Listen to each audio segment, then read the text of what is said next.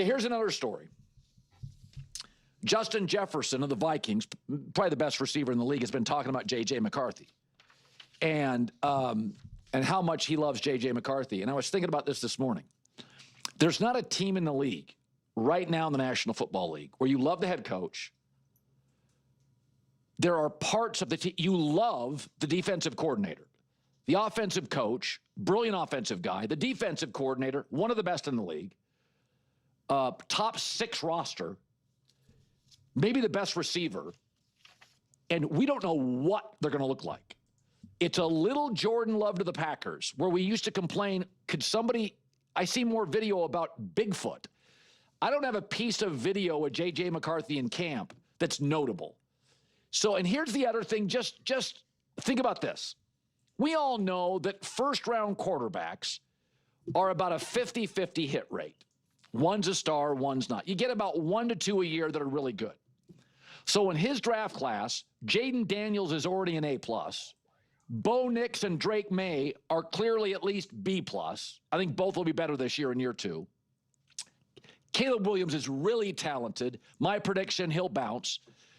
And then the people in Atlanta like Michael Penix. Are we really going to have a 6 for 6 that every single first-round quarterback hits? This take, Colin, I love you to death, but this take absolutely drives me crazy. Because it's a statistical fallacy. Like, it's what the success of the other quarterbacks does not increase or decrease the likelihood of J.J. McCarthy being a great quarterback. This is what casinos do to try to trick people. I've talked about this. It's one of like the earliest takes I've ever had on this channel, where I highlight that you can go to a casino and you can go to the roulette table and they'll show you the previous numbers and colors that came up, because it gives people the feeling of like, oh wow, it came up red 4 times in a row. It's probably not going to be red again, or it keeps going red, it's going to be red again. That's not how it works. That has nothing to do with anything. 0, 0, 0. 0. If you're looking at this individually, and we say that a quarterback has a 50% chance of succeeding in the NFL as a first year, as a rookie in the first round, you look at each quarterback individually. It's like coin flips. If you flip a coin 100 times in a row, it lands on tails. That 101th time, it is no likely to land on heads or tails. No matter what. That's just the way it works. That's just the way it works. I mean, to a degree, they've even, and I don't even 100% agree with this, because I think there's other variables at play, but they even kind of debunk the idea of when someone's on like a hot streak, like a basketball player. When someone's like on fire and they've shot 8 for 10 on the night, there's a feeling that like if they shoot that 11th shot, they're going to be more likely to make it than not. And it's like, no, if you're a 40% shooter, you still have a 40% chance of making that shot. It's just that we're watching a night where we're watching a bunch of those makes in a row, just like flipping a coin. Go flip a coin. Go flip it 10 times. You most likely will not get 5 heads, 5 tails. Okay? There's a great chance that you get 6 or 7 of one. It's just the way it works. So like this take, to use that as a reason why, what are the odds of J.J. McCarthy? Now, if we were looking at it from a larger statistical standpoint, where we asked the question, what are the odds of all 6 quarterbacks being great? Yeah, that's a different discussion. But it doesn't change. But if we see 5 great quarterbacks, or 5 quarterbacks already have success, it doesn't change the statistical likelihood of someone like a J.J. McCarthy being good or bad. So it's just like, when people have said that before, and it just triggers me, man. It triggers me because it's just like, it sounds good, it sounds great, and before the season ever started, and if we were just looking at all 6 of these quarterbacks and said, what are the chances of all 6 of them hitting? Yeah, it would not be 50%. It would be a different permutation. There would be a different analysis about it, for sure. Just like if you were to flip a coin and you flipped a coin flip, if you said, I'm going to flip a coin 10 times and all 7 times were tails, and you say, man, what are the odds that all 10 coin flips would be tails? That's obviously not 50%. But what are the odds that of this next coin flip that it's going to be heads or tails? It's like, well, that's still going to be 50%. That's how it works.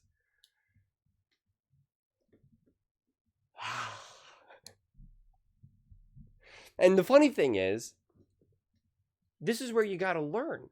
Because a lot of people were concerned about Jordan Love, Colin himself, where he said, he kept saying, I don't think, if Jordan Love was really that great, we would be hearing so much more out of the Packers. And that's not the case. It's hidden.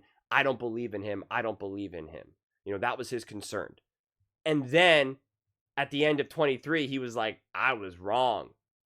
Jordan Love is great. And then at the beginning of last season, he's like, I think Jordan Love will be as great as Patrick Mahomes. That's what he said. I'd make the videos. And now we're back to being like, well, I haven't seen a lot from JJ, so I just don't think he's good. And it's like, well, wait a second. So I think JJ McCarthy will have growing pains.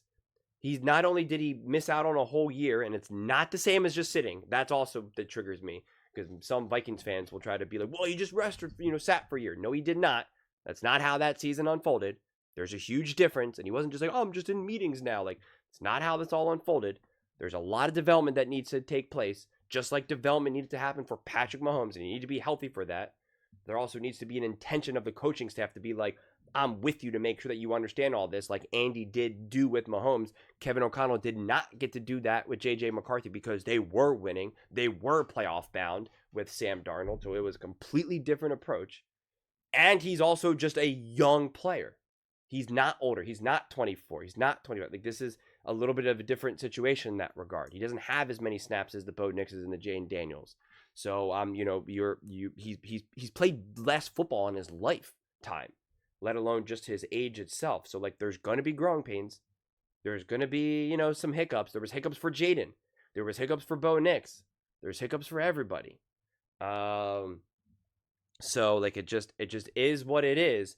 But to use the success of other quarterbacks and the lack of what we've seen out of J.J. McCarthy as now a major concern, as not even just a major concern, but as evidence or energy behind us saying, well, he's probably not going to be good. Logically, that does not compute. Think about what the conversations were last season. It was, oh my God, J.J. McCarthy, so much excitement. Let's go. Here we are. This is great. A lot of success. People were talking about, will Harbaugh draft J.J. McCarthy and move on from Herbert? Like Kevin O'Connell with J.J. McCarthy. Oh, going to be a lot of success. We'll be in the running for Rookie of the Year. There was different conversations.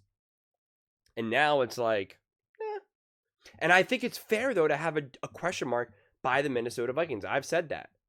I think it's fair because we've seen this roster for the most part. We've seen this team, we've seen this coaching staff, but we haven't seen the quarterback. And so we don't know how great, how good, how average he will be in any given moment. We just don't know that, and that's totally okay.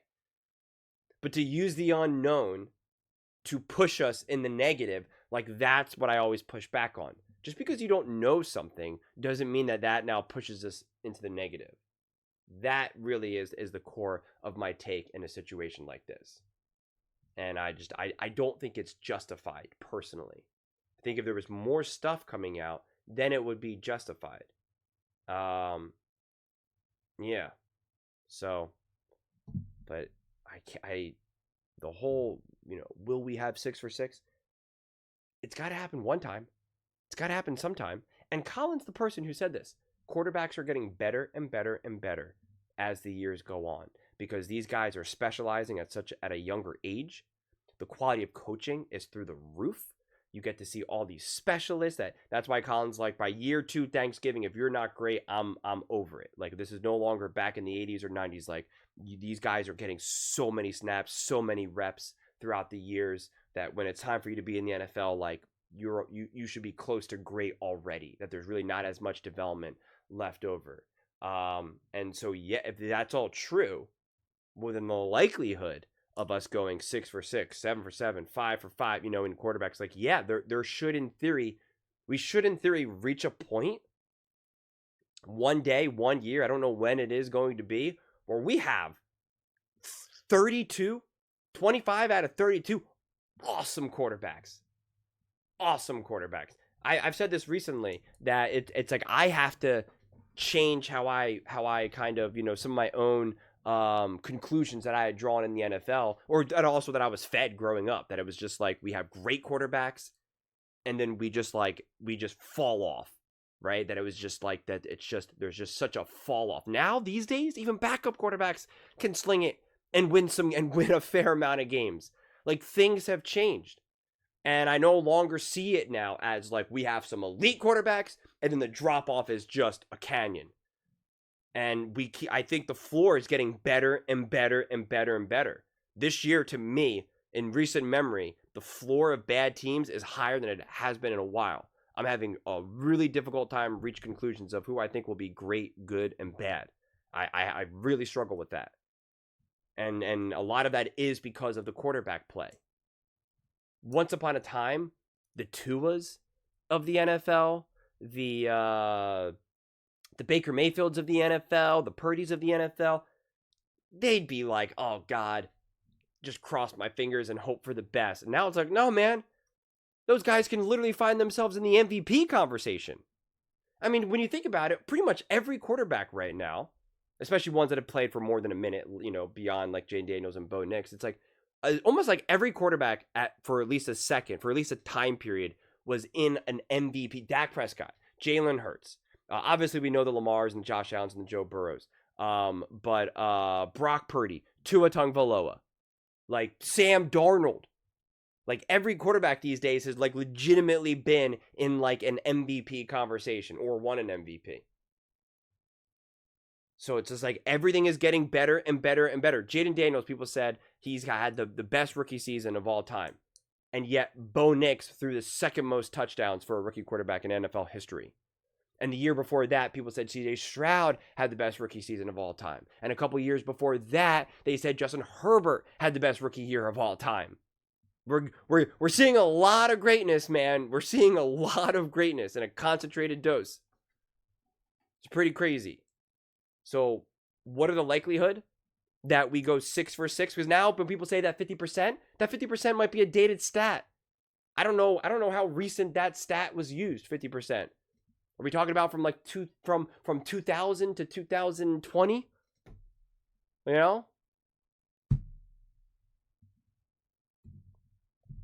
But those are just my thoughts. That was actually a fun way to have this conversation, a little bit different than just talking about the Vikings directly or JJ directly. But let me know in the comments below. I read every single comment. So whether you agree with me or disagree with me, either way, let's get in some discussions. Let's get in some fights. But ultimately, let's just have some fun. And please do consider subscribing. We're building an amazing community here and absolutely love to see you part of it. I want to build something that we all generally feel connected to.